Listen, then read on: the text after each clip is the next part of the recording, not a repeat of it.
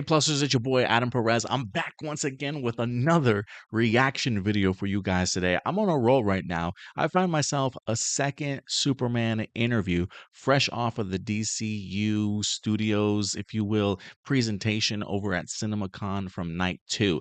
After the entire cast, along with James Gunn, gave the small press presentation, if you will, showed the sizzle reel, showed the sneak peek.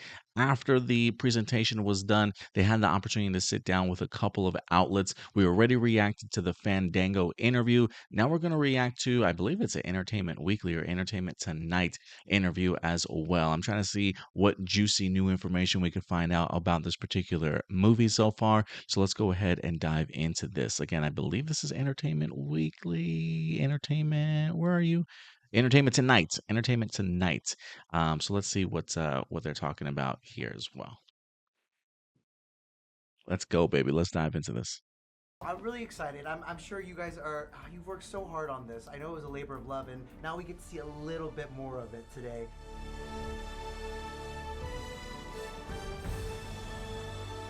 Please don't copyright me, Warner Brothers, for that theme song. David, talk to me about becoming the Man of Steel. Like, what goes into preparing for this role, both physically but also mentally? Well, I think that they happened at the same time. I started in the gym. That was James' second thing that he said to me was, I want you to work on your shoulders and your vulnerability. That's true. So about a month into my intense gym routine, I realized that I think I was preparing for the role mentally by spending every day several hours by myself lifting very heavy things. There's a certain solitude that comes in the gym, right? And you're just there with yourself, and you're the only one holding yourself accountable. Well, obviously Nice. Paolo, my trainer, was, but there's something. Oh, Paolo's gonna be so happy. Get that name drop. But But he's stuck to his training regimen. I think Superman has a certain solemn loneliness to him, where he wants so desperately to be connected to humanity. I like that. And he'll never quite be one of them. So I found a little piece of that early on.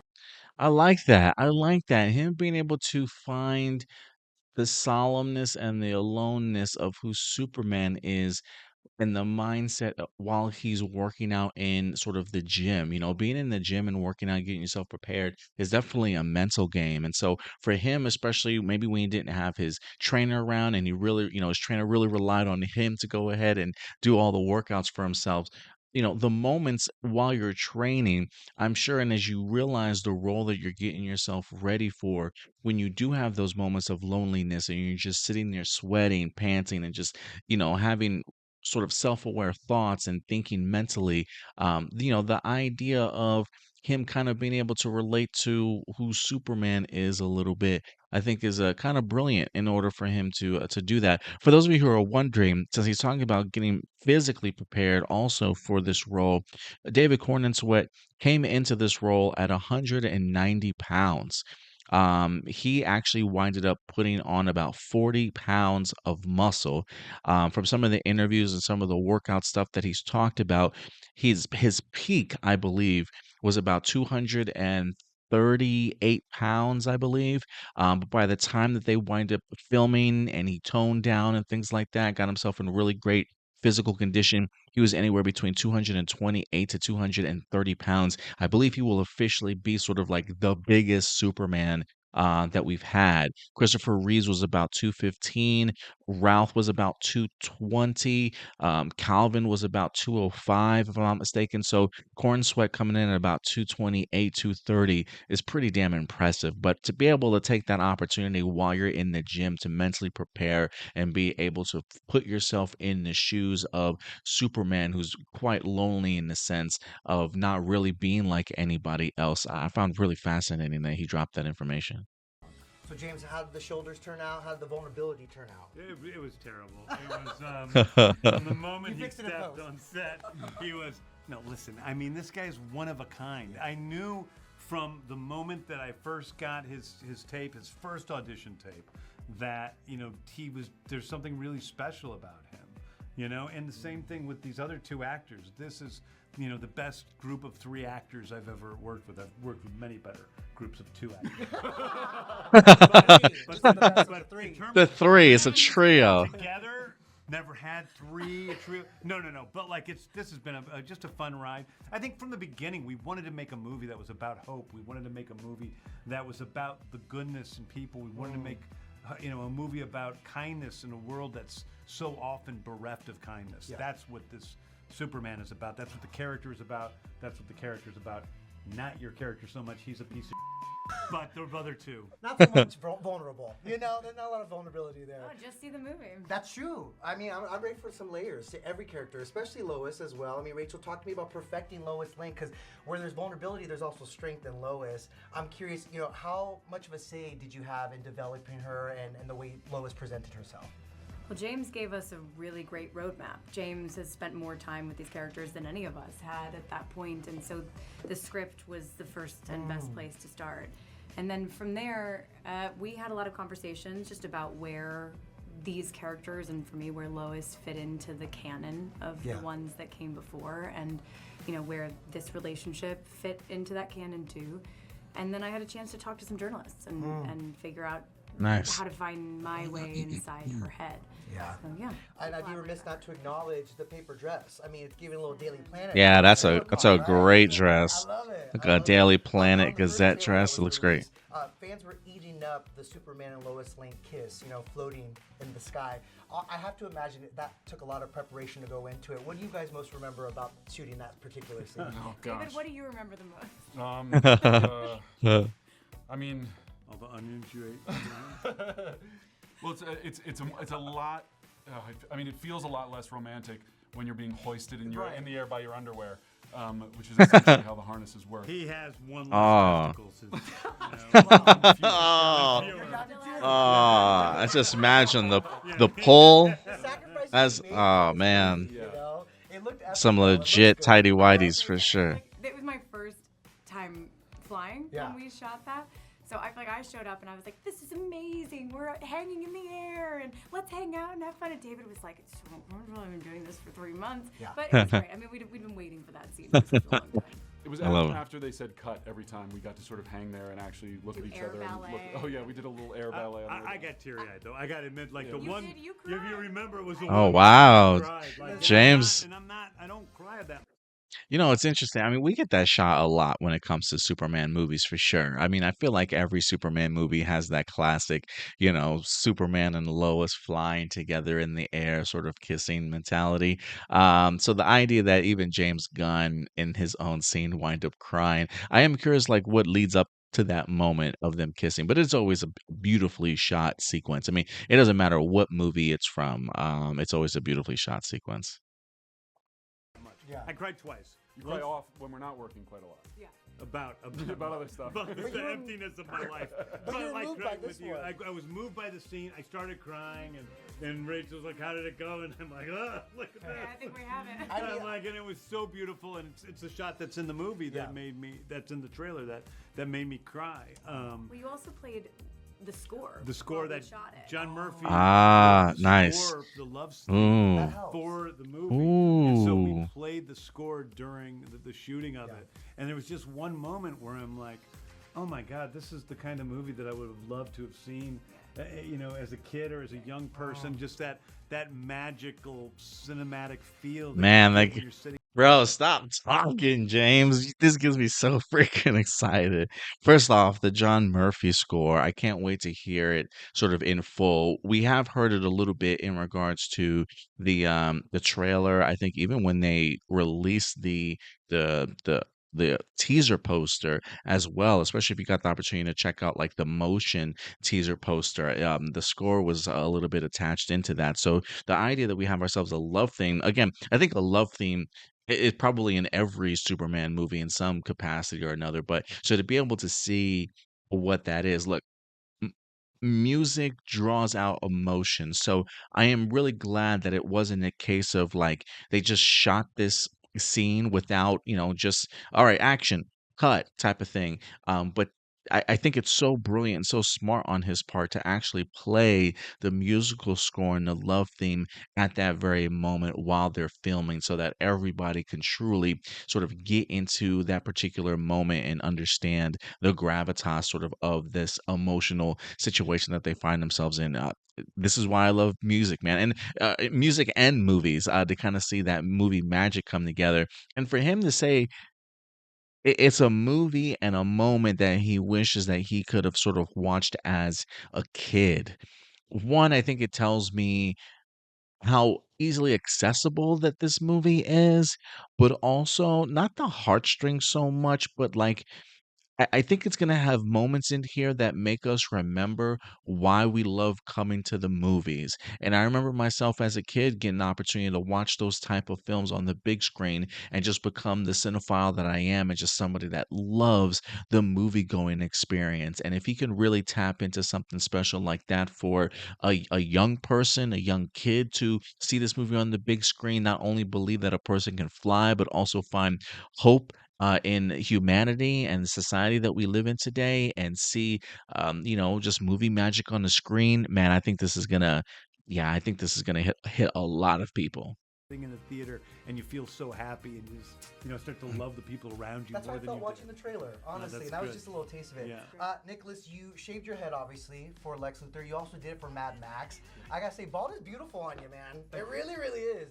This time around, your son cut your hair? Is that right? Oh yeah, he did. He Oh, I gave him that's the clippers cool. and I was like, how about it? Please, you're like, I Can't need to really go. mess this up. So Yeah. he enjoyed Was it. he excited that he's like a small part of this now? Well, Of you the know what, transformation, one I of should the most say? exciting things for me is like this is a movie I'm thrilled that he's going to be able to watch. And Yeah. like you were saying, there were magic moments for me on set, seeing the imagery that James was inspired by from the comics and seeing those come to life on the screen. Yeah. I had moments where I was like, this is going to be magical, and I can't wait to share those with him in the cinema. So that's going to be That's a very cool. special thing. And also selfishly for me, the other day I got to see like the Lex Luthor The toy. action figure. And I'm like, I can't wait to buy that Oh. and gift it to them and be like, Was it surreal? because then when I play, I can be like, I can do the voice. I love it. I can be really. That's I cool. can remember all the That's lines. cool. pretty awesome. That's pretty You neat. know, fun reenacting at home. Is it safe to say Lex has a fresh and different look in this take? Yeah, well, I mean, he's much like he's. I mean, listen, you're the best looking. If I had mean, the he's- bone structure, I would take this down.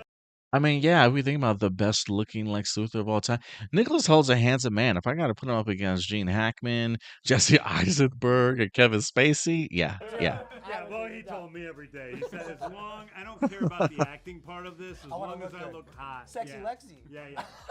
But I mean, That on a t-shirt. Right? I always had this image of this, long, tall, like Lex who wears these, I mean, is David and Nicholas the same height? I mean, Nicholas almost looks a little bit taller than him. I mean, if we get ourselves a face off, that could be rather intimidating. really wonderful suits. He is a vain character. He was inspired by some of the more vain Lex. I love that. Great actor. Which he is not at all. No. Of By the course way, not, no. he's by far the nicest person on set, for real. And having him play Lex makes it so much fun. But I don't know what it is about That look so Rachel many just gave him, like, villains is he? I don't know about on that. screen Played by the nicest people. Aw. It's often It's the acting. case. And so many of the greatest heroes are played by just the biggest jerks you could Isn't ever. that so strange how that Isn't that happens? weird? I mean, Delivery on You this know, one, huh? I love it. Me? No, real quick, you guys. You invited Will Reeves to shoot a cameo. What was it like to have him on set to pay homage to his dad? I think we not only had Will Reeve on set, but we also had Jerry Siegel's grandchildren in the Daily Nice. Planet, and so Oh, that's the cool. creators of Superman. That's cool. And They give so some it was nods really cool to be those that attached came to before them in the actual comics and of the this legacy. wonderful Yeah, character, and that's have that cool. be a part of who we are. We had all of the comic books, all of the the biggest living comic book artists and writers of Superman over the past 40 years came to set and were so Wow. excited. And those guys were like crying. It was a scene where he throws your desk across when you throw his desk Oh, across good. the room. I was just not spoiling that. Ooh, he throws his desk across the room. Ooh, the Superman get pissed at Lex. Oh, I love that. I love that tease. First off, I know Rob Liefeld is throwing a conniption fit right now as to how Marvel treated him compared to how James Gunn is talking about the idea. We brought all the artists and the writers and anybody connected to Superman and we let them see everything that, like, dude, this is why I love James Gunn. But look, Snyder Bros will crap all over this man, but he is a true comic book nerd at heart. This man knows comic books sort of in and out. He may have different opinions about some of the things that he reads and different perspectives that other people might have. But the fact that he understands the importance of everybody that has contributed to these characters over the years and allowing them access to be on set, some people even being small cameos in the movies and things like that. I mean, that is just very forward thinking, and just the ability to sort of give back and say thanks, if you will. And if only, like, I don't know, outside of the Rob Liefeld drama with Marvel, I don't know how necessarily how Marvel has treated some of the creators. I've heard maybe not necessarily the best, but I think this is a perfect way to certainly show thanks and give back in some sort of capacity. I think James Gunn is doing it right, but the tease of clearly Superman and Lex Luthor having some level of confrontation and him throwing it around. I mean, was this a one-time moment, like a warning from Superman in a very heated debate and argument, or is this the moment of something big and climactic sort of about to have? Like, was this a warning shot, or are we about to go ahead and get down here in a battle? So I love that little tease. Interview earlier. Great He's scene. allowed though, right? Great Yeah. scene. Also, we got to watch the Christopher Reeve story documentary. You showed Yeah. that to us Yes. before we Oh, started wow. shooting. Before It you was very started. emotional Yeah. for all of us and Yeah. a special way to start off this journey. That's so beautiful. Yeah. It's Yeah. clear Superman Wow. is his right hand, so I'm excited. Wow. Yeah. Look at that. They had the opportunity to watch the documentary of the Christopher Reeves before diving into the movie. I mean, they get themselves mentally prepared, understand not the stakes, but understand sort of the gravitas, the legacy that they were taking on. I got to imagine that they were in just an amazing sort of mindset for this movie. But man, I got to tell you, look. I continue to hear great things about this film in the sense of it kind of coming together. The Fandango interview, we didn't get a lot of juicy details, but we did get some sneak peek information in regards to the relationship between Lois along with Clark. Some great dialogue hints too about how great the dialogue was. And now we come into here, we get the idea of seeing how the flying scene between Lois and Clark was certainly filmed, the desk throwing, if you will, hearing Nicholas Holt's appreciation for being able to share this movie with his son, and really just kind of like the concept of this film, maybe really bringing back kind of that movie magic, if you will. I hope they do more of these. I'm sure as we get further to the press junkets and the press release for this movie to certainly go and officially be dropped, we'll probably get a ton more interviews here as they dive a little bit more. But I'm loving the little tidbits of information that we're getting. But look, guys, at the end of the day, these are simply my A+ opinions. What are you looking forward to when it comes to this film? What certainly stood out to you? I definitely want to know your levels of anticipation. This is my number one most anticipated movie of this year, so I'm very much looking forward to this. But I want to know your thoughts in the comment section box below. Until next time, guys, do me a big favor. As always, take care of yourselves, take care of each other, and keep it A+. I'll talk to you later. Bye.